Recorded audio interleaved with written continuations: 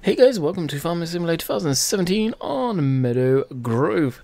We diverted disaster. Straight up disaster, let me tell you. So, Nathan has got a new version in the works. When I say new version, you have heard me say that so many times. This time I mean, like, I have played it. I've got it. And trust me, it needs a lot of work. It's not like this Meadow Grove update where he probably should have released it, but he didn't. That's his decision. The other one wasn't ready by any shape or form, so I thought I deleted the game save for that one when I had to roll back to this version, because I thought that version would be fine, there wouldn't be too many issues, it would have just been small little bug fixes and field definitions, and I could have carried on a brand new save and got set up. Wrong. There's a lot wrong. I deleted this game save. Thank God for Giants. And I don't know how many people realise this, but where you put your mods in, you've got your mods folder, you've got your save games folder, but there's also a folder called Game Saves Backup. If you click on that, it doesn't do it often. When it does it is beyond me, but the game does back up your game save. So this is from the 6th, I believe. It's now the 8th. And I think I last recorded on Meadow Grove on Sunday, which probably was the 6th, so let me quickly check. Yeah, it was. Perfect. So it backed up. We haven't lost any progress, I don't think. Which is awesome. I don't know if it does it every single time. I'll actually check after the record on this. It'd be kind of neat to figure that one out.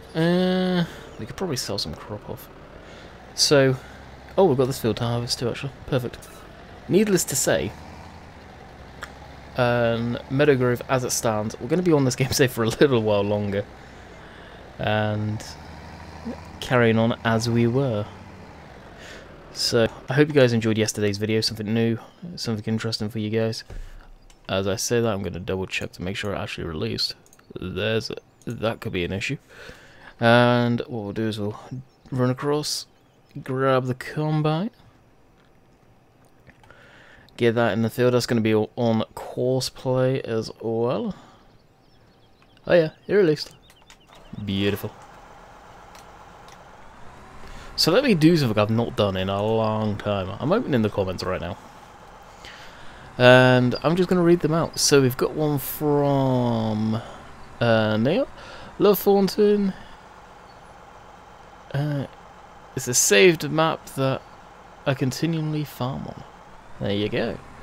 EJ on a Monday. I was at the point where I did a lot of streaming. Very hot. yeah. It was definitely hot. The whole shader can so cultivate at the same time. Yeah, it can. The reason I don't think I did in the video is just for extra stuff to do. I mean, with real training and all that stuff, in direct, the seeders that can cultivate and seed at the same time, IRL, now I don't try and play 100% realistic, but I think logically.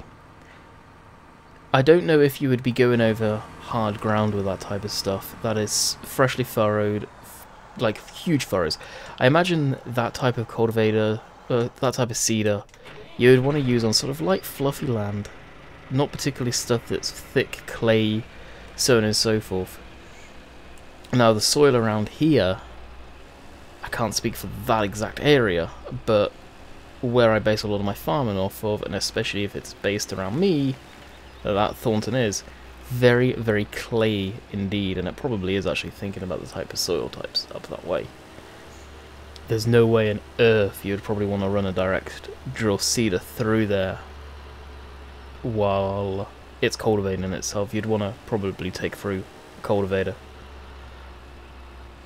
at the very least. When they used to seed down by me, they always used to cultivate it. I think they even power harrowed it down there too, just to break it up, because it was so clay soil. It was an absolute nightmare, and you'd get huge just slabs of clay in the furrows. It's one thing I'll always remember. Actually, yeah, I always forget we can actually, it's a double wide gate, so we can put the header on and drive through. That was from Clive. And he says, good video. Ed, personally, I stopped watching Eggfield videos, started playing it. It just doesn't feel right seeing someone else's tractors and crops and so on. Yeah, I can get that. Definitely get that. And where's the link for the Fent 1050 that come out? It's on Modern Wild, and that was from Joe. And that was the comments. And the comment game has been low again. It has been low. It's probably due to me, honestly, slacking hardcore in the comment section. Hey. So maybe I'll have to start doing that again, reading the comments out in the videos. I don't do shoutouts per se, but I guess it's kind of like a mini shoutout for you guys.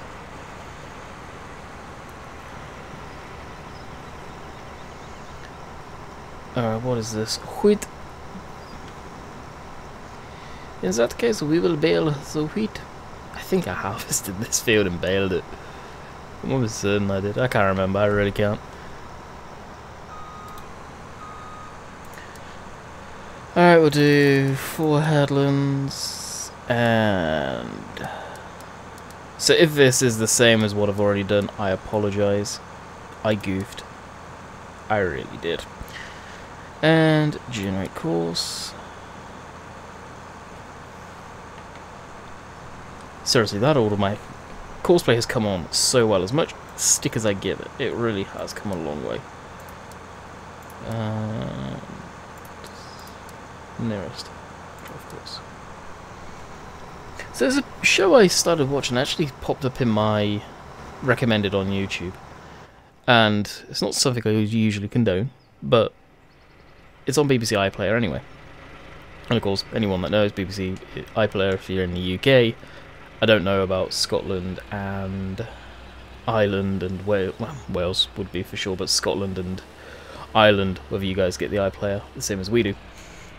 But it's actually a police show, which I always like watching those type of stuff, and it was based on the Welsh and England border, I'm guessing, or maybe it was just Wales. I'm not too sure.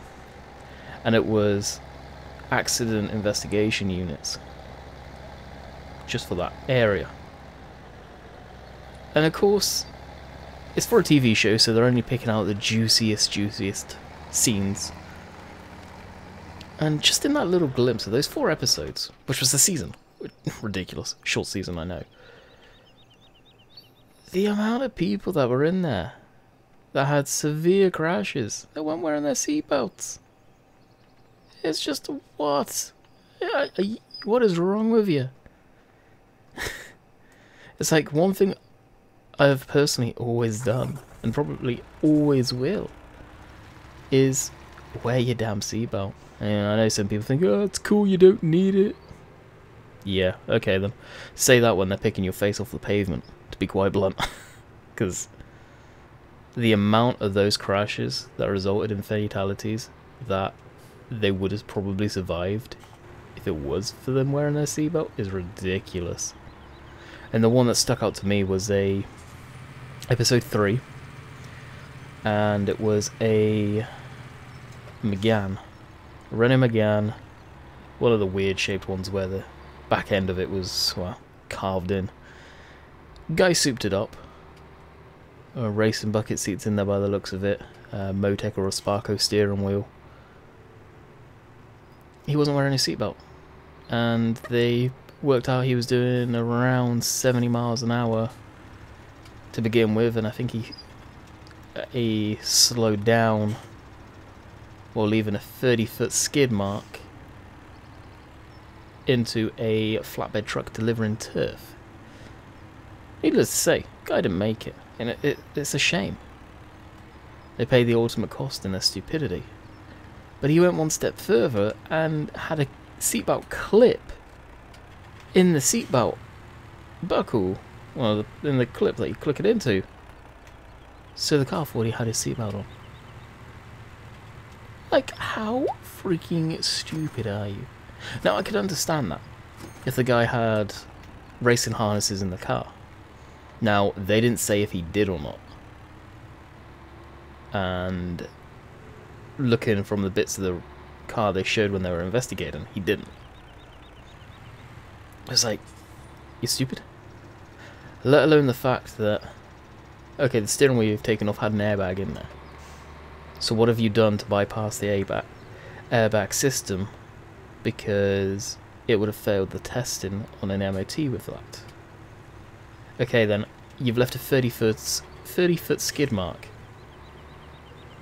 Your ABS would have kicked in. You wouldn't have seen so much of a skid mark, it would have been on, off, on, off, on, off. And so on.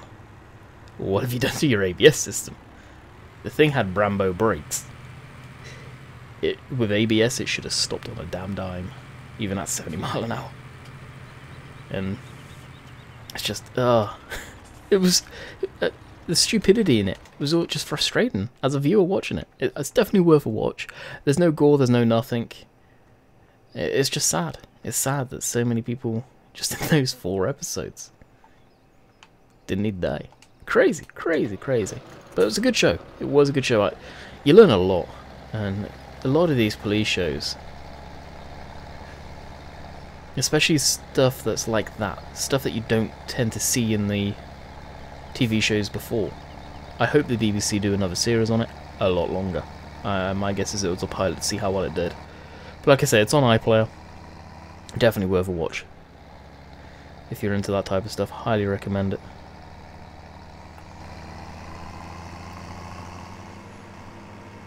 Also, sort of a bit of housekeeping. I don't know how, I would love to know how actually, but today Simulate messages me, today is Tuesday by the way, a lot cooler, today, a lot cooler indeed, with a screenshot of my Instagram account, my personal Instagram account, saying, have you been hacked? Because someone, I think something more than anything, managed to gain access and post Ray-Bound posters on my personal page and spammed everyone that I follow. I follow a lot of people, so they did it twice to catch everyone. So if my YouTube, Instagram gets compromised like that, please shoot me a message and let me know ASAP. I would greatly appreciate that. If you see anything like that on there, just know it is not from me. I don't condone it. I have put 2-stage verification on my personal Instagram account, so it shouldn't happen again. I'm not sure how it happened. I'd love to know that, but heck, you never know. And the funny thing is, I saw someone else's profile get done like that on my personal page the other day too. So it's obviously something going around. It was actually the exact same pictures, exactly the same. Irritating, but it happens. It's like a chain link thing. Nearest way. Actually, yeah, crap, we were on the right one. Nearest waypoint, off you pop. Alrighty then. So we sold those bales off. I don't know if we needed them. I hope we didn't need them. If we did, we got these ones. And what else can we do? Actually, we could probably jump in this.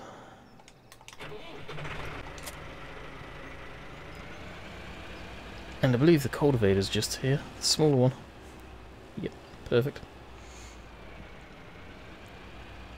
Hook up to that and go quarter evade him.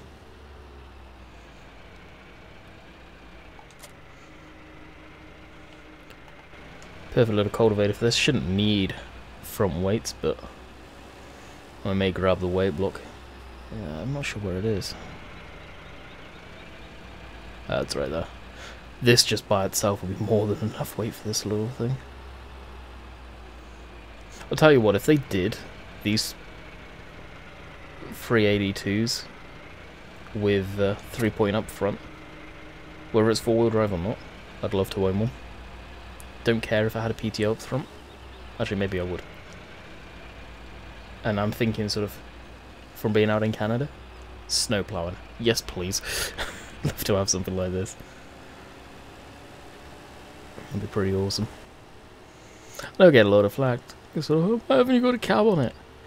The reason I don't like the cabs on the tractors is how many tractors in game we currently have all have damn cabs. How many open station tractors are in the game default? None. Nothing. They used to be. They really did.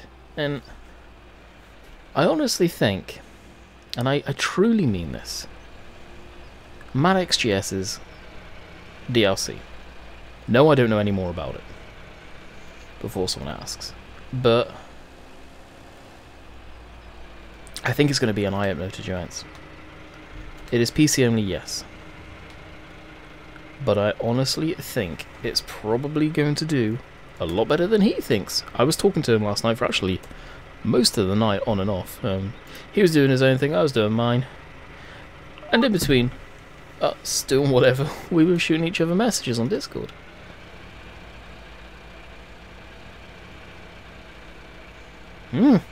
Just warming up my tyres. Yep, well, my tyre. We're going to go for the 30-foot stretch. Fastest launch you've ever seen. And go. That's kind of comical. Alright, let's put forward drive and that rear diff. Actually, let me use my Stream Deck. I've not used the Stream Deck for a long time for this stuff. And I've got the buttons for it. Alright, rear diff lock. Take the rear diff lock off now. Probably don't need it. So, hopefully it won't go over what we've done. Oh, yeah, as I was saying, and he was saying sort of what he thinks, and I was saying what I think, and I was like, dude, I feel it's going to do a lot better than you expect. I really do. And I truly believe, I didn't tell him this, I truly believe it's going to be an eye-opener for Giants about classic machinery. Now, a Giants see issue with getting classic stuff in the game? No, not at all. It's down to companies, and it's more, I say it's down to companies, it's more than likely down to the companies as far as what machinery they want to show off, whether it's the new stuff or the old stuff. And let's face it, when companies put cars or machinery, and let's face it, there's been car games for how many years now on computer games or computer systems, whether it's PC or console. There's been car games on there for donkey's years, as the saying goes. Now, heavy machinery, whether it's farming equipment, construction equipment, whatever, it's only just started to get into this in the last 10 years, let's say. Car games have been around as long as I have been alive, 20 years, 26 years, whatever. And they're still a little finicky of their classic machinery because they just want to advertise their latest and greatest stuff. That's why I feel it's taken SES, God knows how many months, years, of ATS being out before Kenworth and Peterbilt went, oh, you don't want our flagships in there? Yeah, I guess we'll give you the license for that. After X amount of money, no doubt. And it could be the same with tractor companies. They just want to. Why would they want to advertise something they don't sell? They're getting money from Giant Software to get their branding game, but in turn, they're getting, ideally, their latest models. Granted, there's some stuff that has appeared in the game more recently that isn't sold anymore. I'm not saying it's not going to happen, but I wouldn't get our hopes up. And we've seen Class come up with the old International and the Combine, and New Holland with the old New Holland / Ford. Granted, they can't brand it a Ford.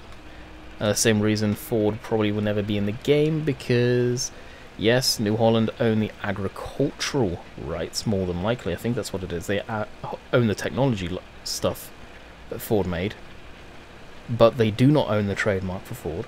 They do not own the name Ford. That's still Ford Motor Company, which we all know ain't gonna give that up easily, no doubt. Then we've got Massey Ferguson. They've probably got one of the richest histories in agriculture. They really do, with the 3-point linkage from the Ferguson system pack and all of that. They made a lot of damn history. They did a lot for the agricultural market. I'd love to see some of their proper classics come into the game. Now granted, if we see a certain green company come into the game, aka John Deere, they also have quite a rich history and could bring some good classic machinery, especially some really old classic machinery, just like Massey Ferguson could. Could New Holland do that? Not really. They could with Ford, but they can't do Ford. What else we got? People will start talking about Fiat Ag. Guess what? Same issue as Ford. Fiat Ag got bought by New Holland, didn't it? And New Holland probably just bought the technology. They didn't buy the whole name. Now, anything I'm saying here, correct me if I'm wrong, but to have Fiat name in the game, you would need to talk to Fiat Car Company. You see where I'm getting at? It's just such a palaver. Especially when a lot of the agricultural market seems to be, you had all these great companies, and then you've got the main lot that bought them up. So you had New Holland that bought Fiat Ag up. They bought the licensing for the Ford tractors. And then you got Class, Case, sorry, that bought International Harvester out. And then the all subsidiaries around all of that.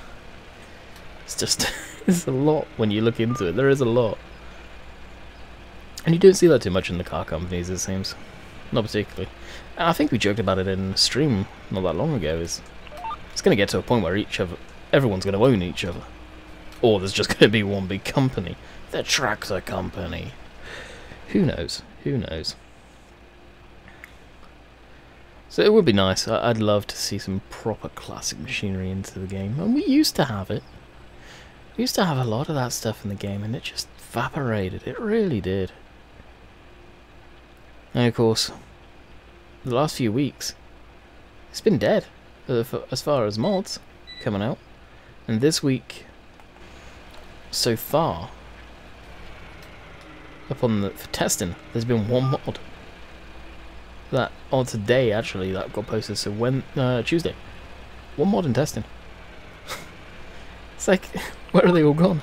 But it's exam season too, right? So it's to be expected. And something me and Matt were talking about is the modding is just stale. There's a few people up and coming, but few and far between. There's no one coming up.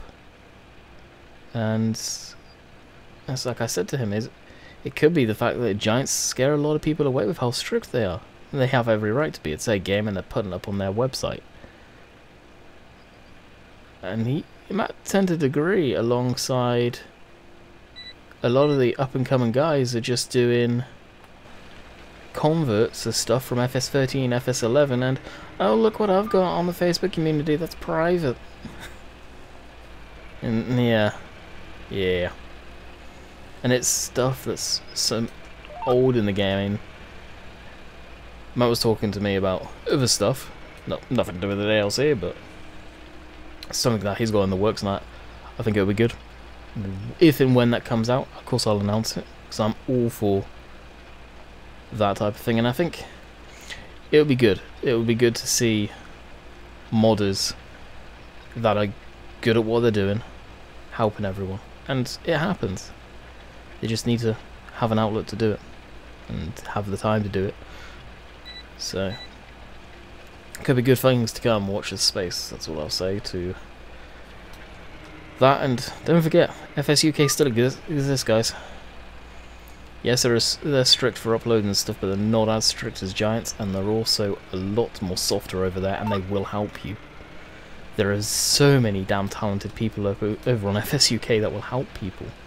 Now, they'll help you to a point. They won't help you to do the mod for you, but they'll help you and guide you on how to do it yourself. Maybe some people get confused with that. I know one person in particular. Again, gonna name nameless.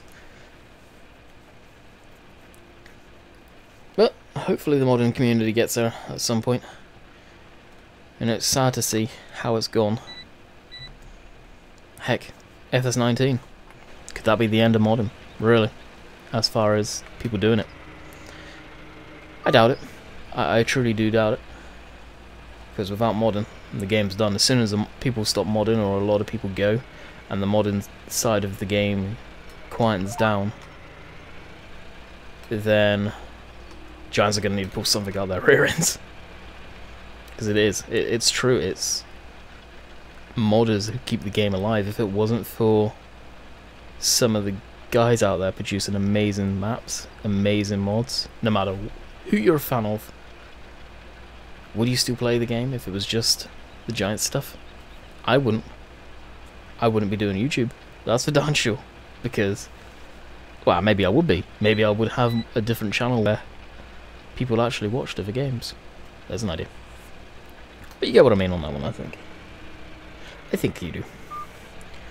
So, Saturday, of course, will be Euro Truck. I've got the Euro Truck episode planned. I don't know where we're delivering, I don't know what we're delivering, but I know the truck I'm going to be using, and I'm very excited to bring it to you. I've been looking forward to doing this one for a little while.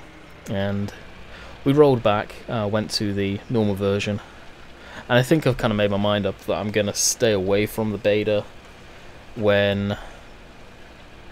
Not the beta, but the full release. I'm going to backdate when that comes out on Euro Truck. Don't get me wrong, I love what they're doing with the beta, but pro mods. It's going to be a long time before that's back out. I know it is because of what they have to do. Maybe it will be quicker, we can hope.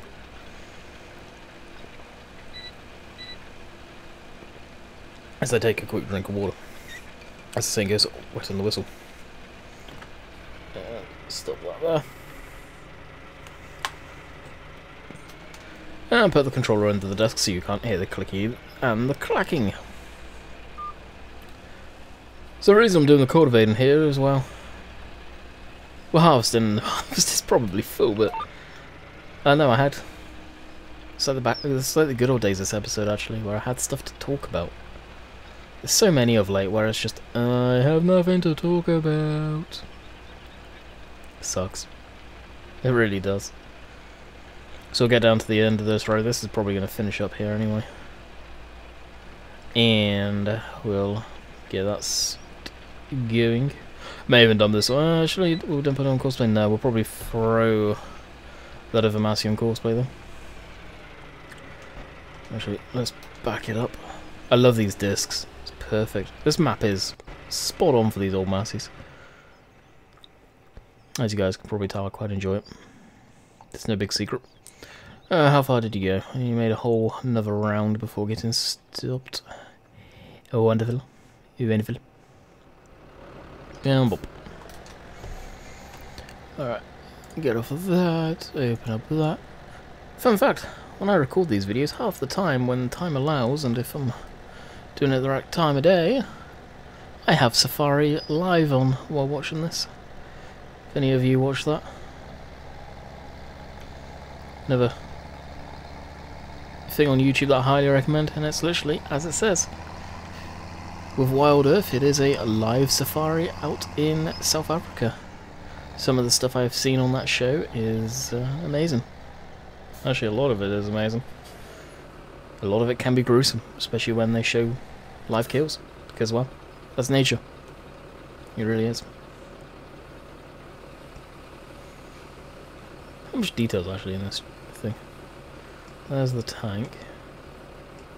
This empty space here, which is a shame they haven't molded anything, but I understand why they have, would be the engine compartment. So it must be loud in the cab on these. The engine right behind you. And you got the window going into the grain tank. Again, I don't think they've actually modeled anything particularly in there because there's no need. You're not going to be able to see it.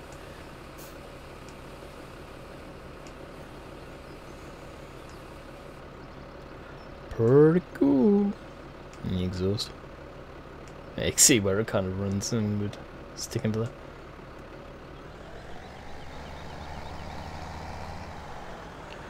Alright, that should be able to just go. Dump grain on the ground, why don't you? Alright, that's finished. Stop. Get rid of that. And we shall go to the next field.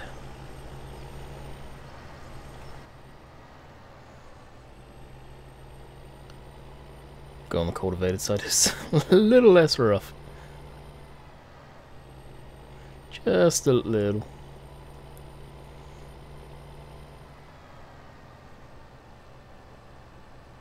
Now there's huge chunks of this field that the combine missed in these corners. Just look at that.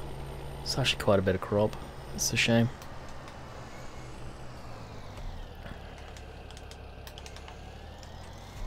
Alright, turn the plough. Not that makes a blind bit of difference because courseplay always messes up that. Don't get it. I really don't. Alright, we're on 74. And we don't need to do that many headlands, probably 3. We'll do 4. Give it a squared number. And generate the course. Oh, wow, that didn't take long. That should work. Should work a lovely. First waypoint, off you pop. Okay, the combine is a female worker. This is a female worker. Nothing against that, just putting that out there. But the chances of that are quite rare. I believe it is anyway. Yeah. Probably the same character.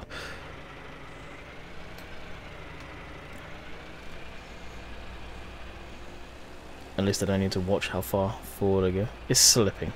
Is slipping. What have you got? You're up a tree, for goodness sake. It's like I put courseplay on, it's like, right, tree, where is it? Up we go. Oh. Don't do that to me. Actually, what I should do is go, not current, next one. Nearest waypoint, and we'll go past the first one. Second one, drive course. Who remembers when those arrows used to be eggs? And you had to count 3 eggs before making a turn in courseplay. I remember those days when I used to do the complicated courses. Now I stay away from them. Wonder why. Alright, we haven't got too long left of the video, so if that's the case I will move over to my streaming, or stream deck, my one. I can stop the recording. I actually need to get a screenshot. Probably get a screenshot of the Massey cultivating in the field here. The sunset in the background. So I'll record the Euro truck after this. So this is Wednesday's video. I still need to do... I need to actually no, I won't record that video today. I'll stick to the farm sim stuff today. Then I'll record... maybe Sandy Bay. There you go, guys. Sandy Bay tomorrow for Back to the Farm. Jump on that for a little while, record that, and then... this is Wednesday. I'm back on Meadow Grove. So if you come back and on Friday and you see a similar scenario what we're doing, that'll be why. And just bear in mind, guys, next week I fly out to Canada again. Yeah, come around quickly, didn't it? And I completely forgotten the timing. I didn't realise it was that close to me getting there. Jess's friend is getting married, and I'm going to be away for 3 days with that. Unfortunately, they didn't do the sensible thing and make it over Friday, Saturday, Sunday. No, of course they didn't. Sunday, Monday, and Tuesday. Yes, great fun. Not. So, there will not be any stream that Monday. There will not be any stream that Tuesday. There should be videos though, and I will probably put some live stream archives live for then, for your enjoyment. But that is not this week, coming the week after. And in theory, there will be a gap in the streams of maybe 1, maybe 2 days next week, but I will be live streaming that then after I get in partway through the week. I'm not saying exact dates. Not until like right close to the time. Why am I doing that? Well, reasons. Nothing in particular. But there may be the day after I get into Canada. I don't know. My flight actually arrives fairly late at night, so time I've got through the security and all things being equal, if I get through okay, which I always worry about, you guys know that. Any of your OGs that have been on the channel for long enough knows. 11 o'clock, maybe. I'll be hungry. Jess probably wouldn't have had anything to eat yet, neither, it depends, so stop and get something to eat on the way back, usually Subway. More than likely 11:30, 12 o'clock, I'm guessing, I'll be at her place. So, we're gonna be tired. Well, I'm gonna be tired, she's gonna be absolutely done. She would have worked that day too. So I've got a later flight, so she can work. Anyway, that is the end of the video. I need to get a thumbnail. I hope you guys have enjoyed. We'll be back tomorrow on Sandy Bay, back to the farm. Till next time, catch you guys later. See ya.